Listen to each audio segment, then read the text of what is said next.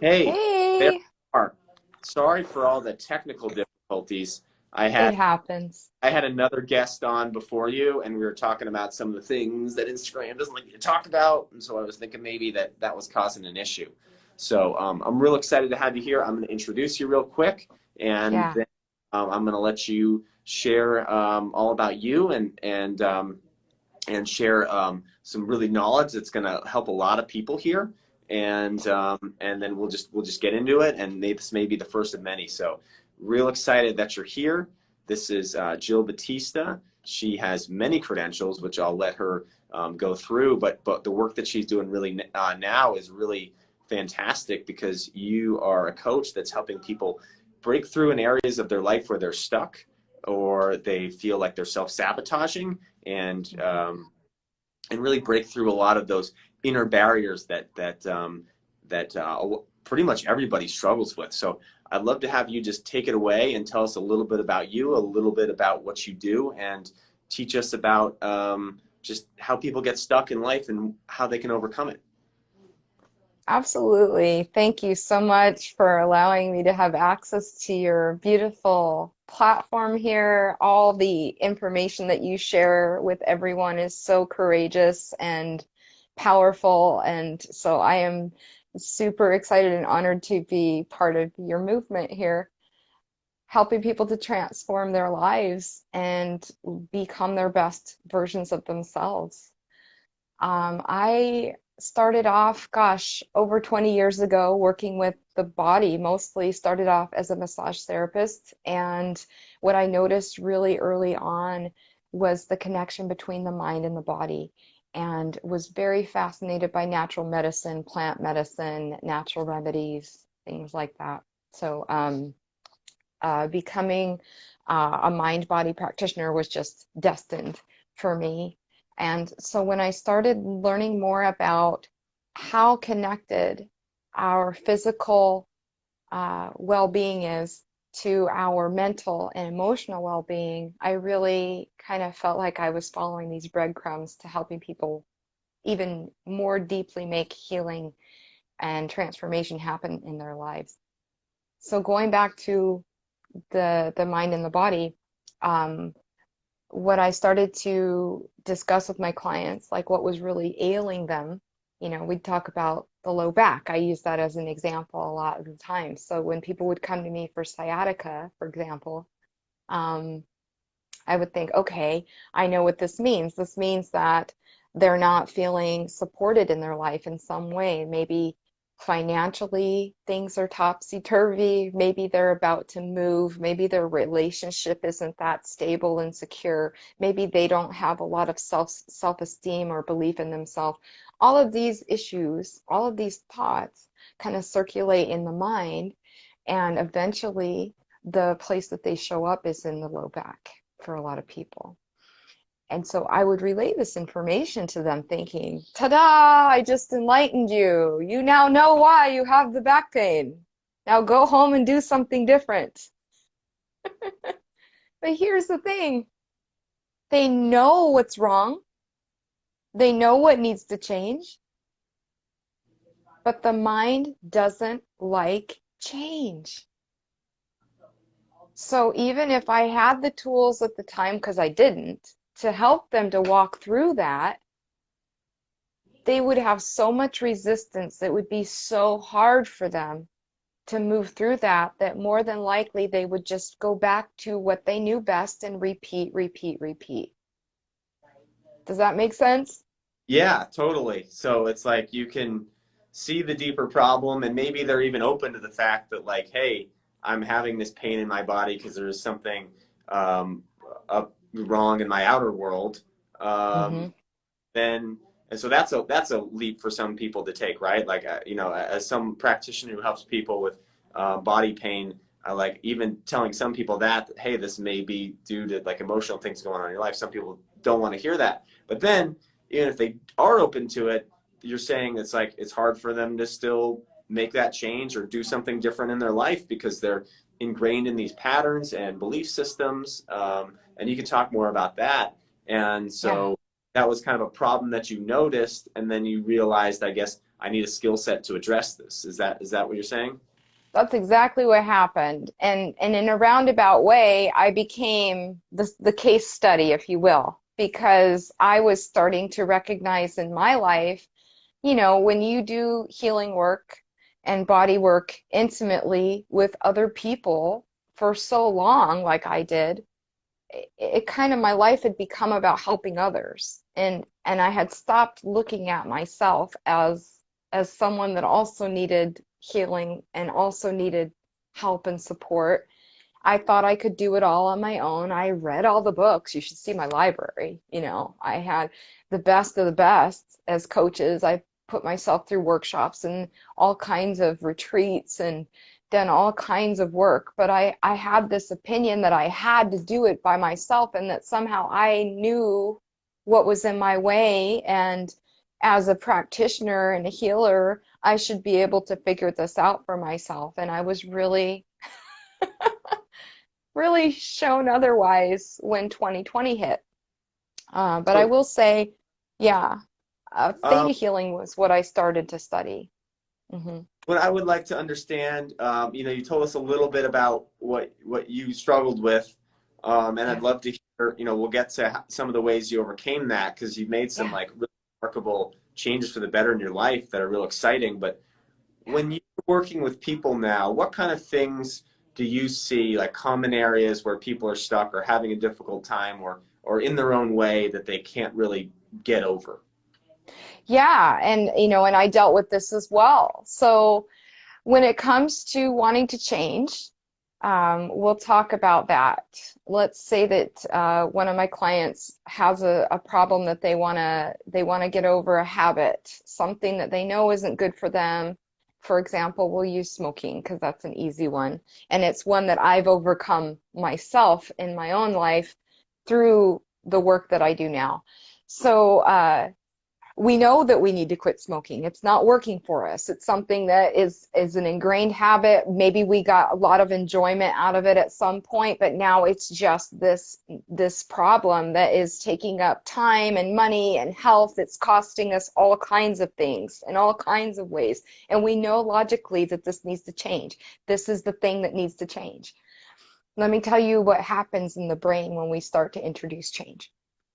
The brain has a mechanism, really the only job for your brain to do is to keep you safe. The brain is there to keep you alive and keep you safe. So what the brain considers safe is familiarity. What is familiar? And there's lots of reasons why this goes on. But basically, if something is being introduced to you that is new, the brain is automatically going to consider it a threat and it's going to shut it down, even at the expense of your life, even at the expense of your happiness, even at the expense of your well being. If it's familiar, it's safe, period. So, what I want to do is take the judgment out of this for you guys that are struggling with patterns, behaviors, and habits. Because yes, logically, consciously, you know that this is not good for you anymore. But subconsciously, your brain's on autopilot with what's familiar. And until you introduce something new in a way that it feels safe and comfortable, you're not going to get on board with it 100%. You're going to sabotage, you're going to procrastinate, and you're going to fall off the wagon. So if any of this is sounding familiar to you guys, you definitely want to follow Jill here and reach out if you need support. I would love to hear more about, because this is all resonating with me for sure. It's like I've overcome a lot of habits in my life, Yeah, and like, I've quit alcohol, I've quit, uh, eating unhealthy. I've quit.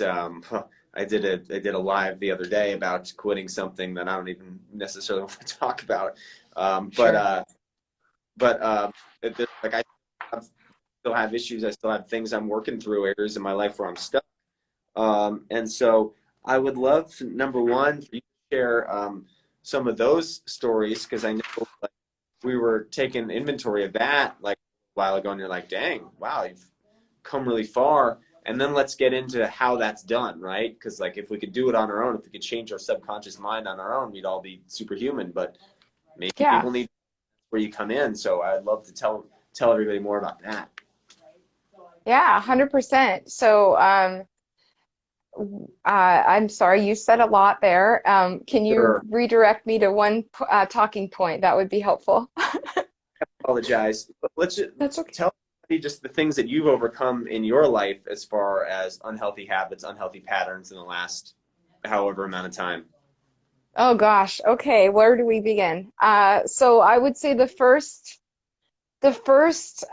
major habit that I was able to overcome, um, and we got to talk a little bit about like what I did, right? So when I started to recognize that I needed help was when I recognized that I was smoking. I was smoking too much. It was not a life affirming habit. I wanted to create a life affirming habit. I wanted to do something that I got up and did every day that made me feel alive versus that I was killing myself slowly with each breath. And you were a wellness practitioner this whole time, right? Yes. And you were smoking. And I And would I was imagine smoking. it, and there was shame involved, and it was not All of congruent it. with you at all. Yeah.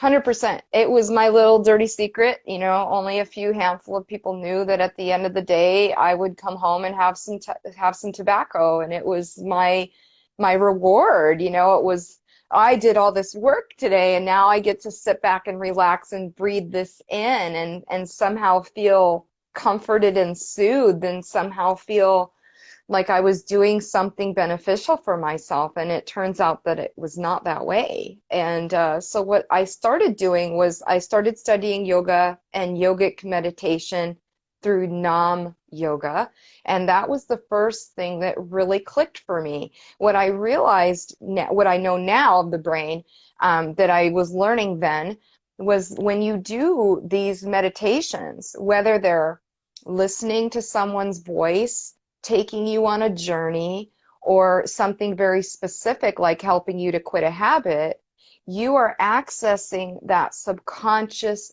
part of your brain that is like the hard drive for your habits and behaviors.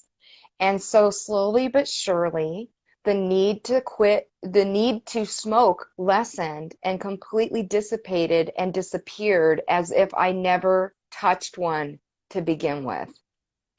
No withdrawals, So no grumpy mood. Huh? no willpower involved. There was no willpower. It was as if I had never smoked before. It was just not part of me anymore. Wow. So it was really powerful. So I took that a little bit further and started to engage with hypnosis as a client. And my hypnotherapist, Mary Lou Rodriguez, who's the best, um, started walking me through different exercises. So what was next on my plate was confidence, worthiness, and self-love. Because here I was leaving behind this big habit, and it was filling a void for me. And that void, it turned out, was something that only I could fill for myself. I was looking externally for it in relationships. I was looking for it externally in distractions and things that would sort of lift me up, but never really fulfilled what was needed in my life. And what was needed in my life was a daily self-care practice, something that helped me to feel absolutely loved and cared for, something that helped me to feel like I mattered and that I was worthy. And these words, they have great importance and great value in my life. I don't take them for granted. People throw around self-care like it's a nail appointment, like it's getting my hair did. It is so much deeper than that, you guys. And it is the biggest relationship that you will ever have. The most important relationship you will ever have is with yourself. And how you feel about yourself is reflected in all the experiences that you encounter every freaking day. So when you really got to work on that and changing that, how that was wired subconsciously, like what showed up for you with that?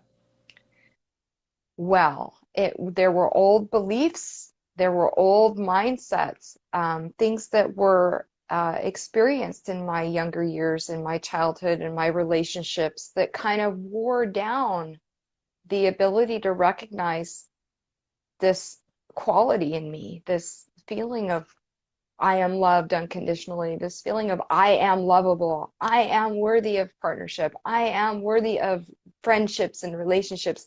I don't have to, as a healer, sit on top of the mountain all by myself for the rest of my life in order to help people. That was a big belief that I had, that as a healer and a practitioner, I had to be alone. And that's just not true. But a lot of us walk around like that. I also had a belief that as a healer and a practitioner that I had to be poverty stricken. Because if you think about it, how many wealthy healers do you know? How many people that, we think about that do good things in the world, they're not necessarily the most wealthiest people. They're very humble people. They're people that give of themselves to the point where they have nothing left for themselves.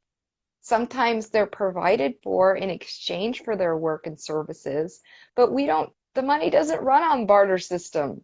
Maybe it will again, right? Hopefully soon. But in the meantime, we need money to survive and feed ourselves and replenish ourselves as practitioners. So we do deserve to have wealth.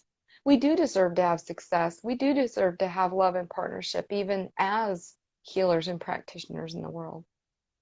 So these are all things that I worked on with help from my practitioners that I worked with over the years. Theta healing, hypnosis, deep healing work that I've done with many practitioners that I could take the whole hour naming.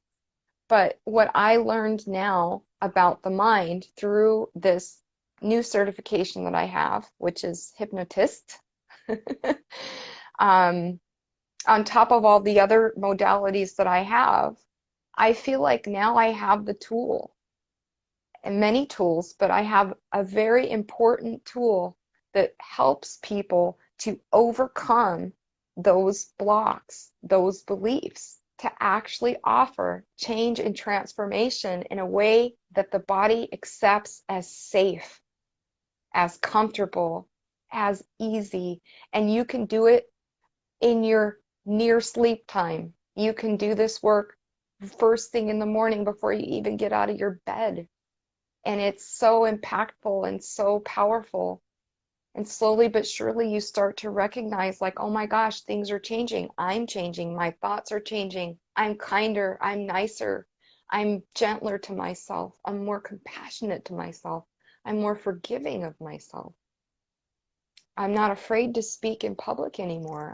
I spoke to 70 people 2 weeks ago at our BNI group because I felt confident and worthy to stand there and claim my space as an expert when it comes to change and transformation and helping people to do this for themselves with my help.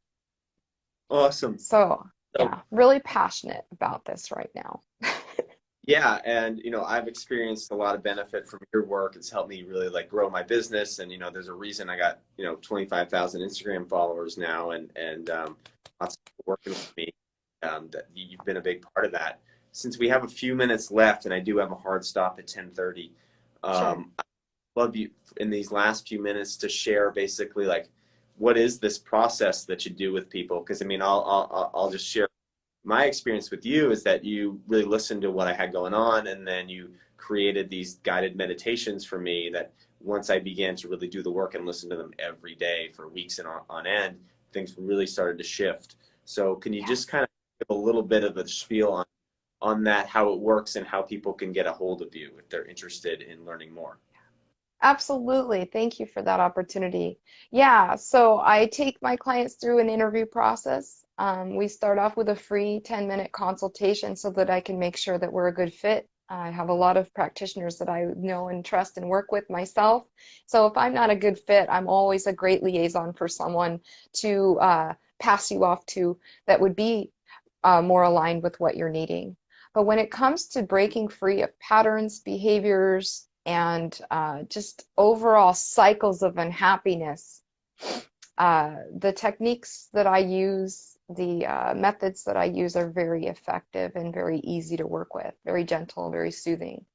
So in a session with me, we would go over, like you said, what's ailing you, what's the challenge, what's the outcome that you would like to achieve for yourself.